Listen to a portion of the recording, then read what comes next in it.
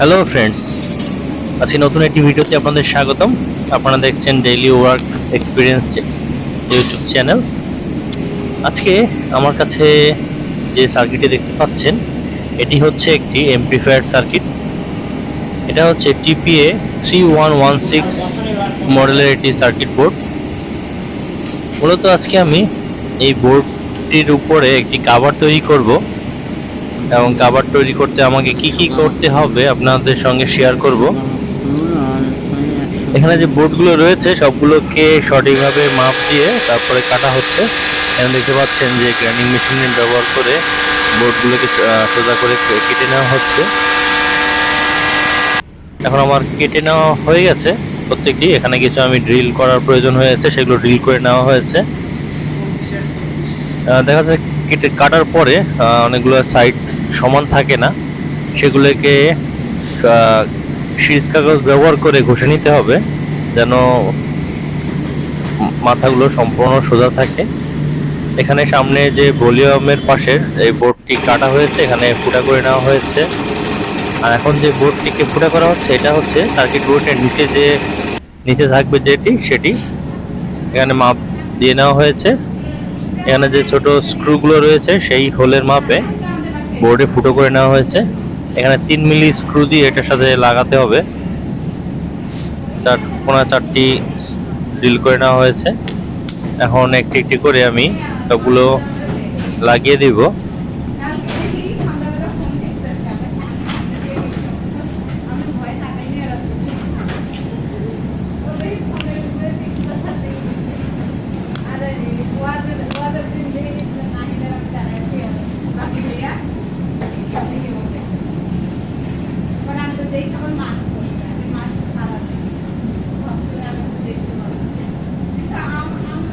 4 screw লাগানো হচ্ছে এখন।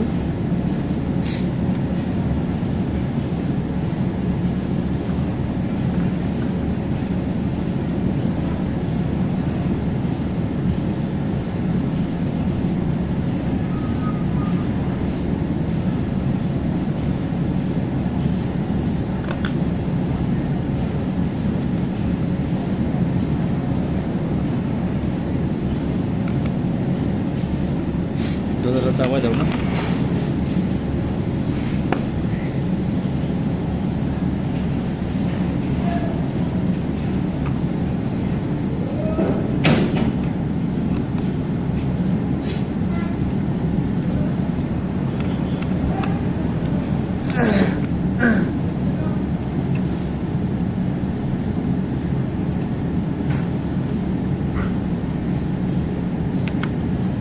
আমার পিছনে সবগুলো স্ক্রু লাগানো হয়ে গেছে।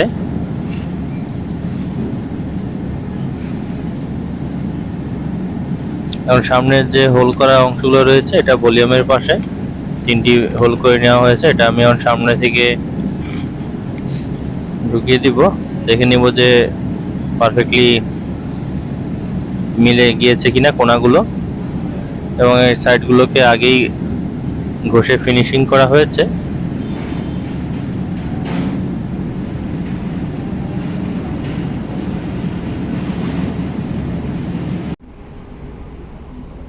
আমার কাছে যে সার্কিট বোর্ডটি রয়েছে সেটাকে কাভারিং করার জন্য আমি যাবতীয় যে পার্টগুলো রয়েছে, এটা প্লাস্টিকের বোর্ড নিয়েছি, সেগুলো আগেতেই আমি সুন্দর করে কেটেছি এবং ড্রিল করেছি।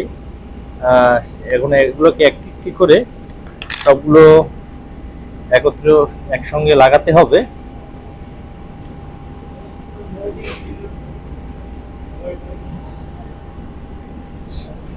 এটা রয়েছে আমার সার্কিট বোর্ডের নিচের যে অংশ সেটা লাগানো হয়ে গেছে। এখানে 4টি স্ক্রু টাইট দিয়ে নেওয়া হয়েছে। এখন যে সামনের যে অংশটি রয়েছে এটা আমি সেটি লাগিয়ে দিব। এটা আমার রয়েছে সামনের অংশটি। কাটার সময় দেখা যাচ্ছে মাঝে মধ্যে একটু ময়লা লেগে গিয়েছে। এটা হচ্ছে আমার সামনের পার্ট। প্রত্যেকটা পার্টগুলোকে আমি সুপার গ্লু দিয়ে সুন্দর করে লাগিয়ে দিব। এটা রয়েছে আমার ভলিউমগুলো, আর এই পাশে রয়েছে আমার ডিসি সকেটের জন্য যে সাইডটা কাটা হয়েছে এইখানে যে পয়েন্টটি রয়েছে সেটা দিয়ে এই ডিসি সকেটের ভিতরে যোগ হবে, এটা এইভাবে লাগবে, এটা এখানে লাগবে, এটা যেটা রয়েছে এটা এ পাশে লাগবে। এভাবে করে আমি একটি করে লাগাবো, দেখতে থাকুন।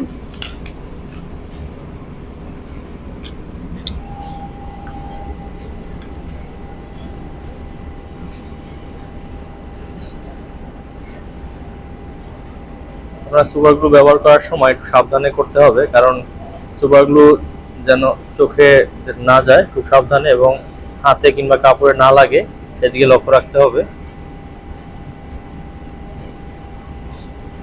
আমার সুপার গ্লু রেডি হয়ে গিয়েছে। কাজটা একটু ধীরে ধীরে করতে হবে, কারণ সুপার গ্লু কিন্তু খুব দ্রুত শুকিয়ে যায়। সেক্ষেত্রে সাবধানতা অবশ্যই রাখতে হবে কাজের জন্য, এই জন্য একটু ধীরে সাবধানতার সহিত কাজগুলো করতে হবে। আমি সামনের পার্টে সুপার গ্লু দিয়ে দিয়েছি, এখন এটা সমান করে নিয়ে আমি এখন এটাকে ঢুকিয়ে দিচ্ছি, কারণ এটা দেওয়ার সাথে সাথে কিছুক্ষণের ভিতরে লেগে যাবে।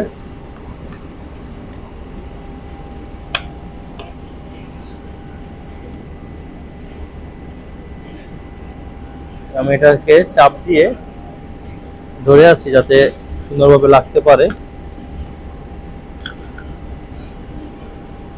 এখানে কিছুটা বাড়তি সুপার গ্লু লেগে গিয়েছে, এটাকে একটু মুছে নিচ্ছি, কারণ সুপার গ্লু শুকানোর জন্য বেশিটা সময়ের প্রয়োজন হয় না, তাই আমি একটু চাপ দিয়ে ধরে রাখলে এটা লেগে যাবে।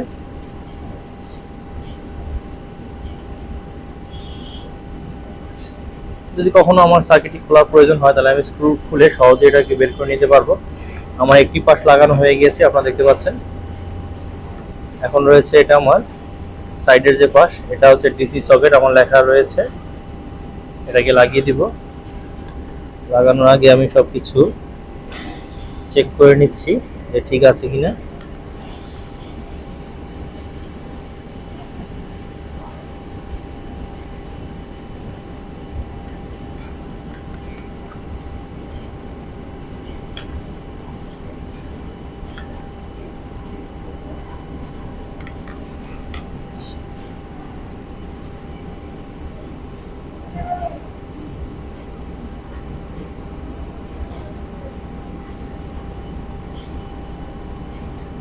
আমি সুপার গ্লু দিয়ে নিয়েছি, এপাশে একটু দিয়ে নিতে হবে।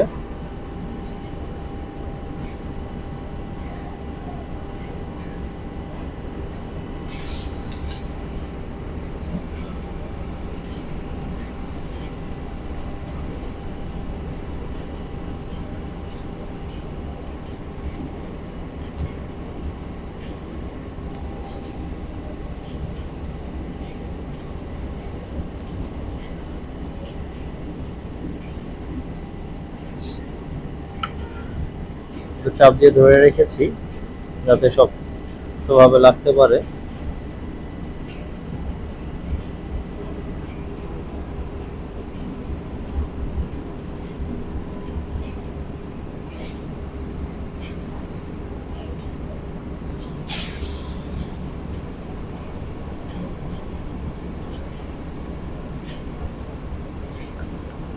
দেখতে পাচ্ছেন এই সাইডটা আমার লেগে গিয়েছে, এবার এই পাশটি লাগাবো।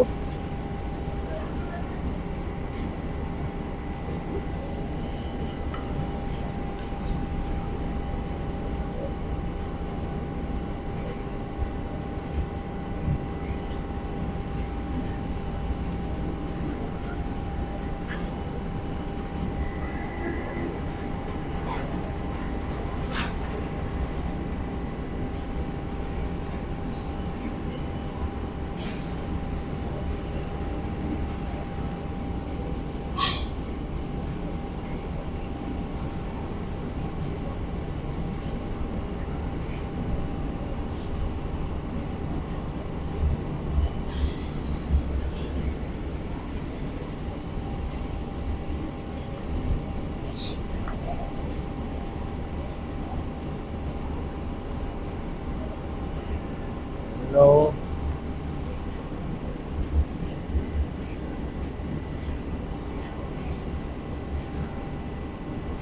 এটা খুব দ্রুত লেগে যায়,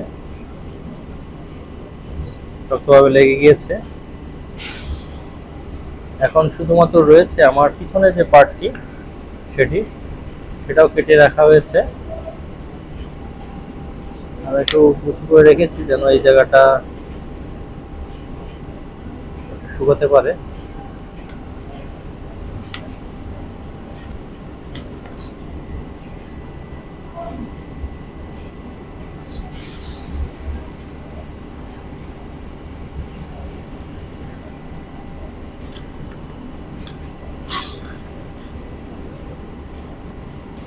আমার 3 পাশে সাইডের বোর্ডগুলো সব লাগানো হয়ে গেছে। এখন পিছনের যে পার্টের যে বোর্ডটি রয়েছে সেটি লাগিয়ে দিব। এখানে প্রথমে আমি সুপার গ্লু দিয়ে নিব, চারিদিক থেকে অল্প অল্প করে সুপার গ্লু দিয়ে নিচ্ছি। তারপরে আমার যে পিছনের বোর্ডটি আছে এটা নির্দিষ্ট জায়গায় চাপ দিয়ে লাগিয়ে দিব। মূলত পুরো কাজটি করতে অনেকটা সময় লাগে, এজন্য বিশেষ বিশেষ অংশগুলো আপনাদেরকে দেখানোর চেষ্টা করছি,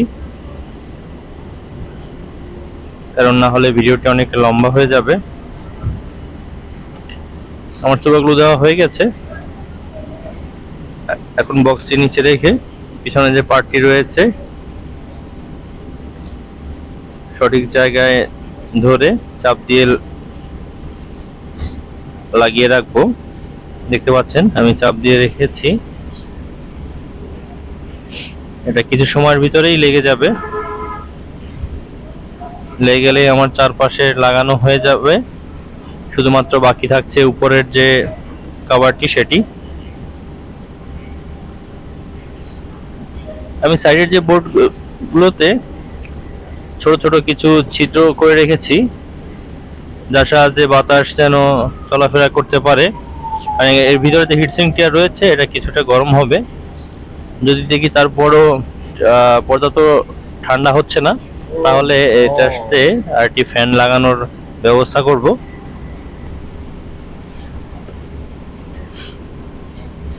আমার চারিপাশ সুন্দর মতো লেগে গিয়েছে, দেখতে পাচ্ছেন। আমার কাছে খুব সুন্দর লাগছে দেখতে। আপনাদের কাছে কেমন লাগছে অবশ্যই কমেন্টস করে জানাবেন। মূলত আমি ট্রান্সপারেন্ট শীট ব্যবহার করেছি, এটা পুরো স্বচ্ছ না, একটু ডার্কের অবদান রয়েছে এতে। তারপরেও আবার লাগানোর পরেও সাইড থেকে পুরো সার্কিটটিকে দেখা যাবে, এই কারণে এই বোর্ডটি আমি ব্যবহার করেছি। এখন আমি উপরে যে কভারটি রয়েছে সেটা লাগিয়ে দিব, তাহলেই লেগে গেলেই আমার বক্সের কাজ মোটামুটি কমপ্লিট হয়ে যাবে। আপনাদের এই ভিডিওটি কেমন লাগছে অবশ্যই কমেন্টস করে জানাবেন।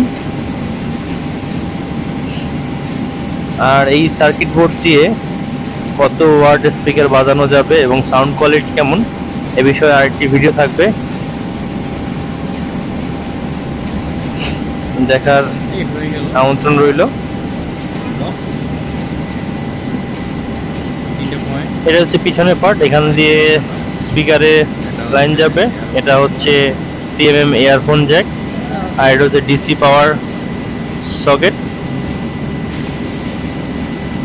এখন আমি সামনের যে ভলিউমগুলো রয়েছে সেগুলোর যে নবগুলো রয়েছে সেগুলো লাগিয়ে দিব।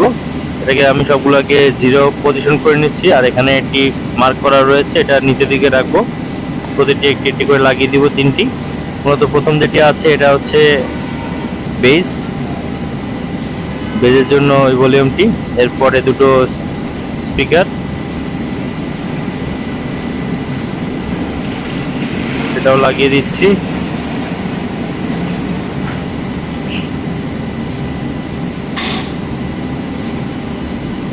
এই ছিল মূলত আজকের ভিডিও। যদি ভিডিওটি ভালো লেগে থাকে অবশ্যই লাইক, শেয়ার এবং সাবস্ক্রাইব করবেন। পুরো ভিডিওতে সাথে থাকার জন্য আপনাদেরকে অনেক ধন্যবাদ।